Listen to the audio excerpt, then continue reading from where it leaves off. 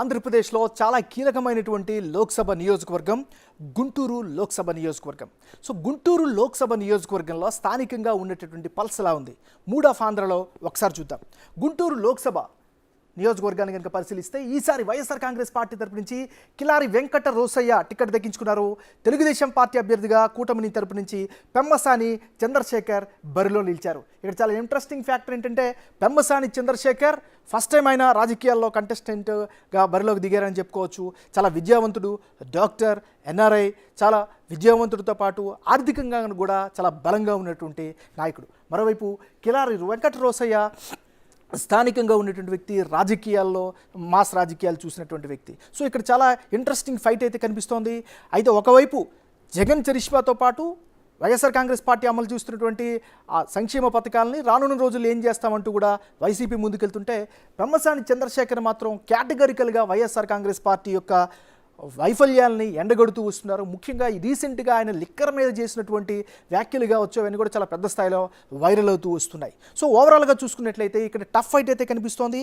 కానీ ఖచ్చితంగా గుంటూరులో తెలుగుదేశం పార్టీ అభ్యర్థికి అనుకూలమైనటువంటి వాతావరణం కనిపిస్తోంది. ఎందుకంటే తాడికొండ, మంగళగిరి, పొన్నూరు, తెనాలి, పత్తిపాడు, గుంటూరు వెస్ట్, గుంటూరు ఈస్ట్ ఇవన్నీ కూడా ఈయన పోటీ చేస్తున్నటువంటి లోక్సభ పరిధిలోకి వస్తాయి. ఆల్మోస్ట్ ఆల్ అక్కడంతా కూడా తెలుగుదేశం పార్టీ బలంగా కనిపిస్తోంది. అక్కడ ఉన్నటువంటి అభ్యర్థులందరూ కూడా యాక్టివ్గా తిరుగుతున్నటువంటి పరిస్థితి కనిపిస్తోంది. సో ఈ లోక్సభ పరిధిలోనే మంగళగిరి కూడా వస్తుంది. మంగళగిరి అంటే అందరికీ కూడా తెలిసినటువంటిదే. తెలుగుదేశం పార్టీకి సంబంధించినటువంటి జాతీయ ప్రధాన కార్యదర్శి చంద్రబాబు నాయుడు కొడుకు లోకేష్ ప్రాతినిధ్యం బరిలోకి దిగుతున్నటువంటి నియోజకవర్గం. సో ఒకసారి చూద్దాం మంగళగిరికి సంబంధించి ఎలాంటి సిచ్యువేషన్ ఉంది. ఒకసారి కనుక పరిశీలిస్తే మంగళగిరి 2019లో దేశవ్యాప్తంగా 2 తెలుగు రాష్ట్రాల్లో హాట్ టాపిక్గా నిలిచింది.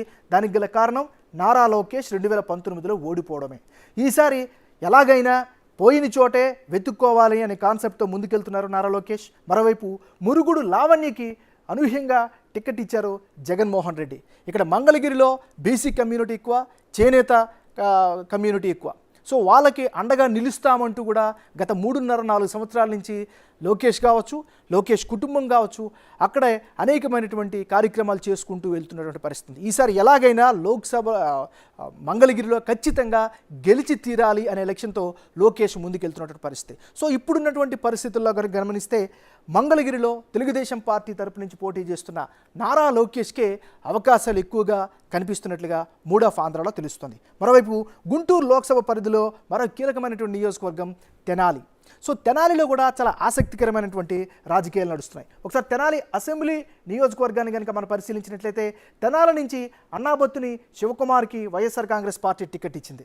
ఇక జనసేన పార్టీ తరపు నుంచి పార్టీలో నెంబర్ 2 అని చెప్పుకునే నాదెండ్ల మనోహర్ ఇక్కడ కూటమి తరపు నుంచి బరిలోకి దిగుతున్నారు. ఇక్కడ ఆసక్తికరమైన విషయం ఏంటంటే తెనాలిలో తెలుగుదేశం పార్టీకి సంబంధించినటువంటి సీనియర్ నాయకుడు అక్కడ టికెట్ ఆశించారు. కానీ ఆయనకి కాదంటూ ఇక్కడున్న ఈక్వేషన్స్లో నాదెండ్ల మనోహర్కి కేటాయించడం జరిగింది.